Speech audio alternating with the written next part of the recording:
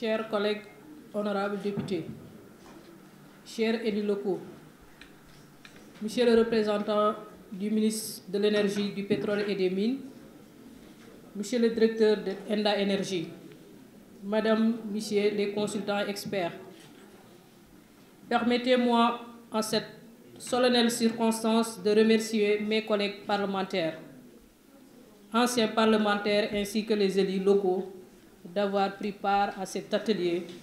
d'information et d'échange avec les parlementaires et les élus locaux sur les enjeux du financement de l'adaptation du changement climatique et des transitions justes. Je voudrais également exprimer mes vifs remerciements à ma qualité de présidente de la Commission du développement durable et de la transition écologique à la société civile, mais particulièrement à Enda Énergie pour sa permanente disponibilité à travailler en parfaite synergie avec les parlementaires. Vous conviendrez avec moi que le présent atelier est sans conteste une étape importante de la plénière, mais surtout amorce les gages d'un destin législatif dont nous sommes conviés à voter les lois, à contrôler le budget et à évaluer les politiques publiques pour orienter notre pays vers l'émergence, mais également vers une transition écologique. Pour ce faire,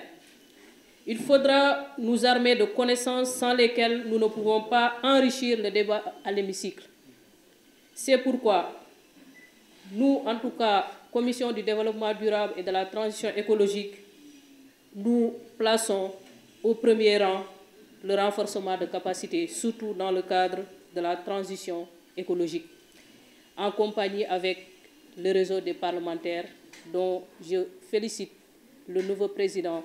M. l'honorable député Samba Dang, pour cette initiative. Mesdames et messieurs, je commencerai par saluer les efforts engagés par le chef de l'État, son Excellence Bassirou Diomaye Diakhar Faye, pour toutes les actions entreprises dans la mise en place des transitions écologiques justes. Et en effet, il a très vite compris que le pétrole et le gaz constituent un enjeu de taille pour le développement économique et social de notre pays. Il est important de noter que notre pays, pour une transition écologique juste vers l'utilisation des ressources énergétiques renouvelables, s'avère un impératif. Un approvisionnement en énergie basé sur les ressources épuisables, aux prix élevés et fluctuations et aux coûts économiques, sociaux et environnementaux très importants, tels que le pétrole, le gaz naturel et le charbon, posent des risques majeurs pour le développement économique et social de notre pays. C'est l'intérêt sur les enjeux du financement de l'adaptation au changement climatique et des transitions écologiques justes au Sénégal qui est l'objet de cet atelier. Par conséquent,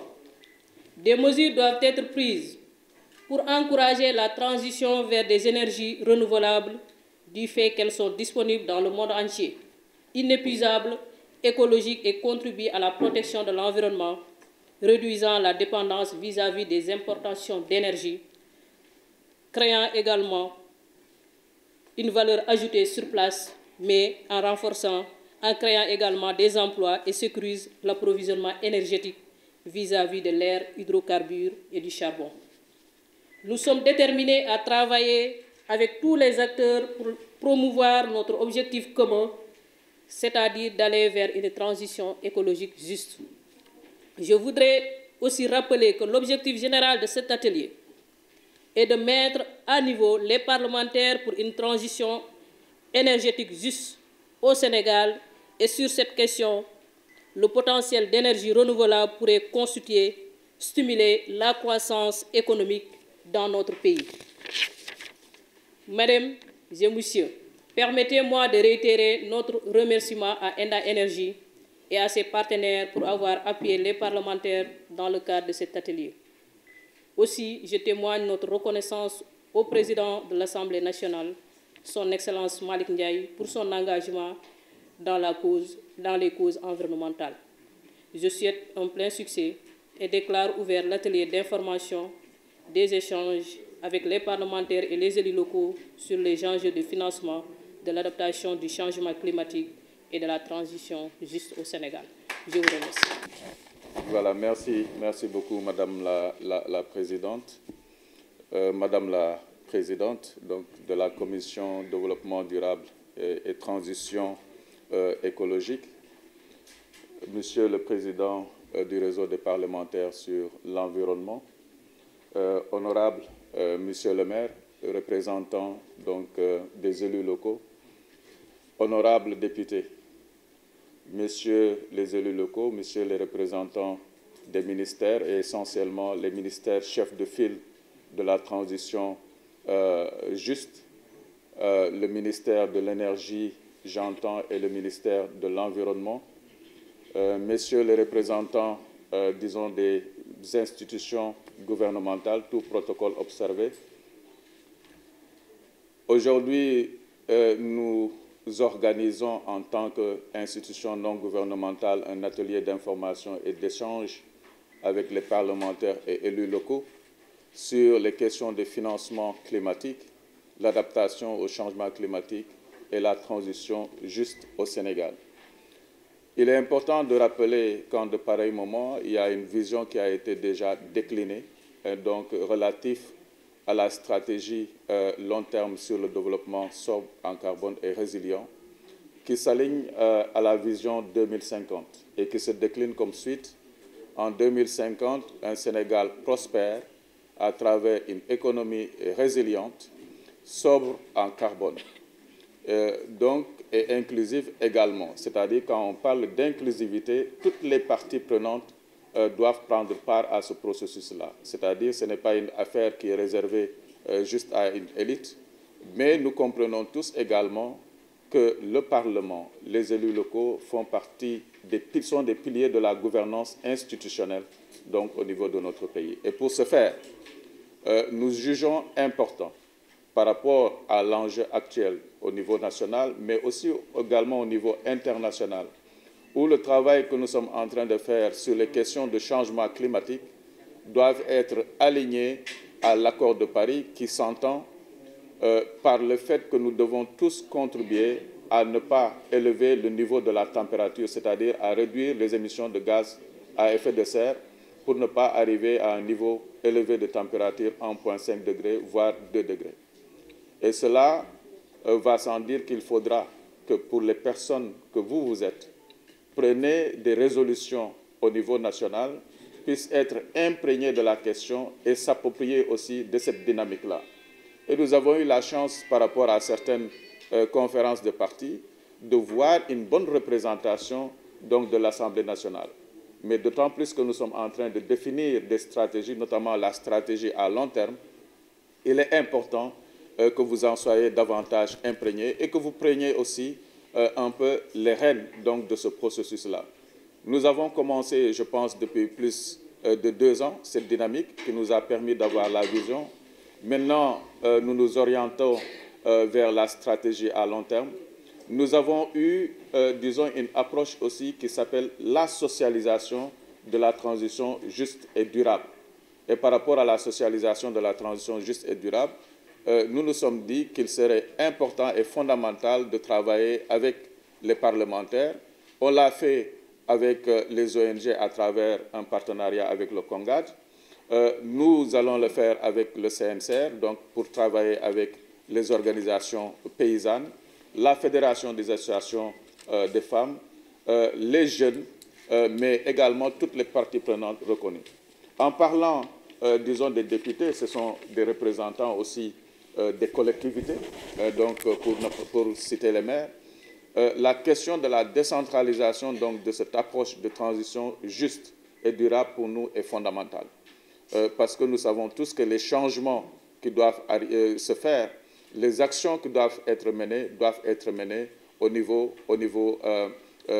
du terrain, c'est-à-dire avec les communautés. Mais il est important, pour avoir les éléments de mener cette action-là, de trouver les sources de financement. Et je pense que nous aurons la chance d'avoir des présentations du genre qui nous permettront au moins de voir où se trouvent les sources de financement, que ce soit au niveau national, mais surtout au niveau international, et comment l'accès doit davantage être facilité. Mais nous savons tous que pour cette session, nous allons nous inscrire dans une dynamique. C'est ce qui va justifier aussi qu'on puisse avoir ce protocole-là. Ne pas s'arrêter uniquement à l'information, mais veiller à ce que vous soyez davantage informés des questions juridiques relatives au changement climatique pour faciliter la prise de décision. Donc je ne vais pas m'étendre davantage. Encore une fois, merci pour votre présence parce que nous sommes certains que vous vous êtes soustraits à beaucoup de vos activités pour prendre part à cette session-là, qui est une première étape, donc qui va nous mener à l'accompagnement, donc nous, en tant qu'acteurs non étatiques, de l'Assemblée nationale pour que les résolutions que vous allez prendre puissent être informées, donc avec des aspects juridiques, mais vous puissiez aussi vous inscrire dans la dynamique de mieux comprendre les enjeux sur les changements climatiques. Donc sur ce, et encore une fois, je salue l'Assemblée parce que je vois déjà qu'il y a une bonne représentativité. Quand je dis une bonne représentativité, c'est-à-dire qu'il y a une dynamique genre qui a été bien respectée. Encore une fois, merci et je nous souhaite à tous une fructueuse rencontre. Merci. Merci beaucoup. Encore une fois, par rapport à l'appui que vous apportez en tout cas aux parlementaires dans le cadre des renforcements de capacité, nous allons à présent donner la parole aux représentants des élus locaux, à savoir l'honorable député Diogo Diaw, ou bien je dirais M. le maire, la parole. Madame la présidente de la commission développement durable et de la transition écologique, monsieur le directeur de Enda Énergie, monsieur le président du RAPES, chers honorables députés, chers membres, chers participants à vos rangs, qualité, titres. Assalamu alaikum wa rahmatullah. C'est un immense honneur que je représente ici les élus locaux. On m'a pris un peu à l'improviste. Je n'étais pas du tout préparé à faire un discours. Mais bon, à l'occasion de cet atelier crucial sur le financement et l'adaptation des transitions justes, cette rencontre est une étape significative de notre quête collective pour un avenir durable et résilient face aux défis climatiques qui impactent déjà nos communautés à travers le pays. Nous savons tous que les changements climatiques sont des réalités non lointaines, mais c'est une urgence. C'est une urgence qui touche chaque coin de notre territoire, toutes zones confondues, les zones rurales, les zones urbaines.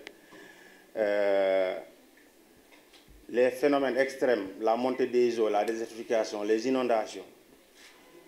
ne font qu'aggraver les conditions de vie de nos populations les plus vulnérables. En tant qu'élus locaux, nous sommes en première ligne pour combattre ou pour comprendre ces réalités et agir en conséquence. Cependant, pour que nos actions aient un impact tangible et durable, nous avons besoin de financements adaptés, de partenaires solides et d'une vision partagée dans ce que doit être une transition juste. Une transition qui ne laisse personne derrière et qui inclut toutes les communautés les plus touchées et qui repose des mécanismes de financement accessibles, inclusifs. Pour dire que le Sénégal est sur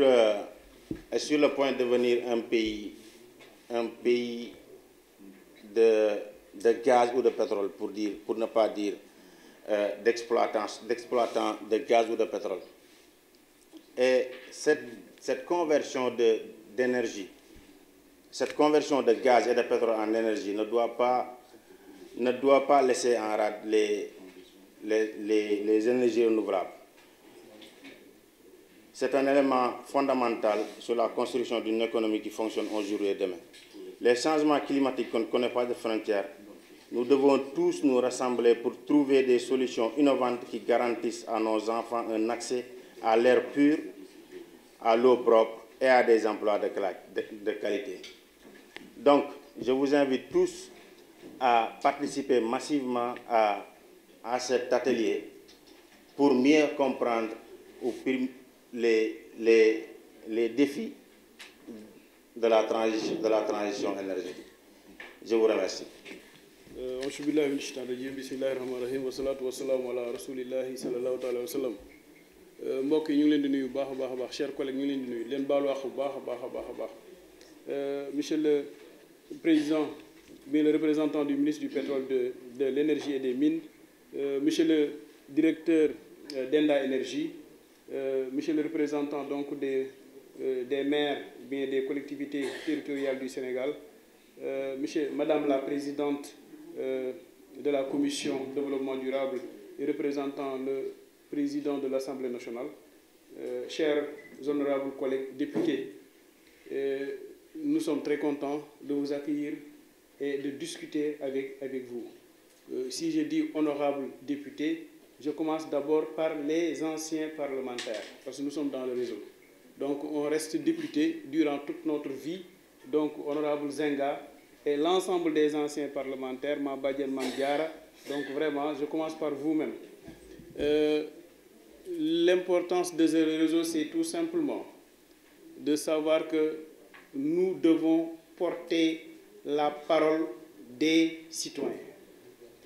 Donc lépp loo xam ne laal na citoyen bi rek ñun lay njëkk a laal d'abord parce que citoyen bu nekkee benn député bi moom circonscription électorale la mu toll moom nombre de citoyens boobu lay toll moo tax kon ñun la ñuy njëkk a laal citoyen bu nekkee benn nga ñëw département Pikine mu nekk 120 000 donc député bi 120 000 lay représenté kon transition écologique bu ñu koy wax tey ñun ñoo ci war a taxaw xar ci suñu tànk tubéy masalan li xew Bakel barke démb député yi jóge Bakel ñoom ñoo taxaw pour représenter waa Bakel lépp kon lépp loo xam ne financement la war a dem ci loolu député bi dafa war a am ay jumtuwaay yoo xam ne moo koy permettre moom mu mën koo xeex ñëw indi ko su ma juumul budget bii passé budget vert bi je crois que c'était 400 milliards waaye léegi ñun député yi nga xam ne ñun ñoo war a xool évaluation des politiques publiques est-ce que 400 milliards yooyu egg na Mbadakhoune est-ce que 400 milliards yooyu egg na Ñomre est-ce que 400 milliards yooyu egg na Xurunaa c'est ça la question léegi nag ñun député yi nag moo tax Enda Énergie war ñoo mën a jàppale ba nga xam ne dinañ topp 400 milliards yooyu noonu ba fa mu war a egg mu egg fa ndax loolu mooy tax changement climatique dina soppeeku loolu mooy tax au lieu que ñuy dem mu lomp dagg forêt bi ba mu jeex dem xamb ko bu boobaa changement climatique am noo ñu changé ko def transition nan la ñuy defee transition mooy lan mooy gaz ba ñuy exploité ñu fexe mu yomb ba nga xam ne que dëkk mu lomp dina mën a am gaz bi te du dem ci matt loolu nag xeex la laaj ndax kat les conditions de vie bu ñu koy changer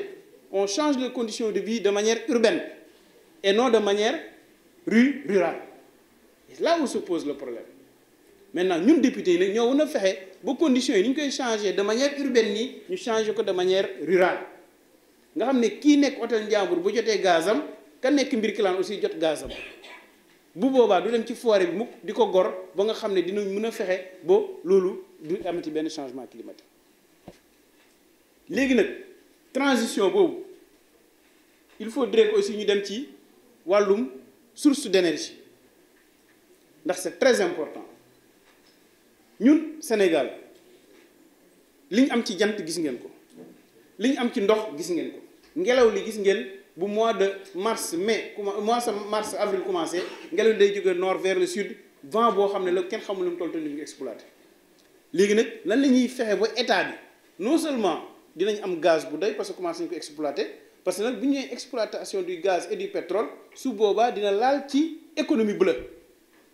l'économie de la mer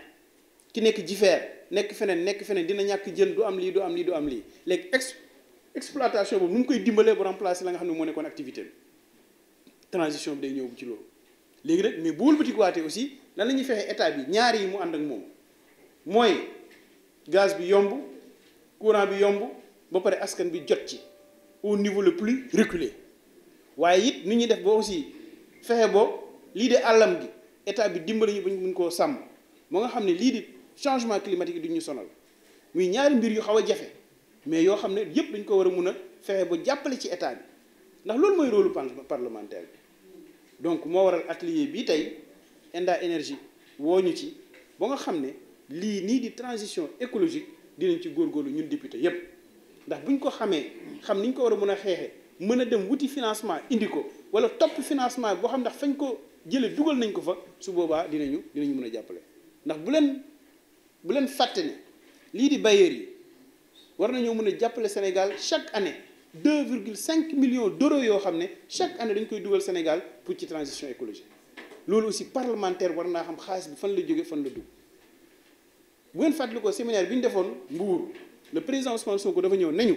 du ngeen député Pastef du ngeen député président Ousmane Sonko du ngeen député Bassirou Diomaye Diakhar Faye waaye député askan bi ngeen comme député askan bi lañ nag war nañoo xam xaalis bi génn war a dem ci askan bi est-ce que egg na ci askan bés bu ci eggee rek suñu jaan wàcc donc moo tax vraiment monsieur le directeur ñu lay gërëm di la sant bu baax a baax ndax lii nga defal député yi dina tax ñu am ay jumtuwaay yoo xam ne bu subaa xaalis bépp bu ñu wateeti ngir mu jëm ci askan wi dinañ ko mën a topp càmbar ko fexe boo xam ndax egg na fa bu doyit ñu ne dolli leen bu doyee ñu ne yokk leen ko tuuti ba nga xam ne dina gën a mun a doy donc ñu ngi leen di gërëm waa Enda Énergie en tout cas wax leen ne ñun de jox nañ leen suñu ñaari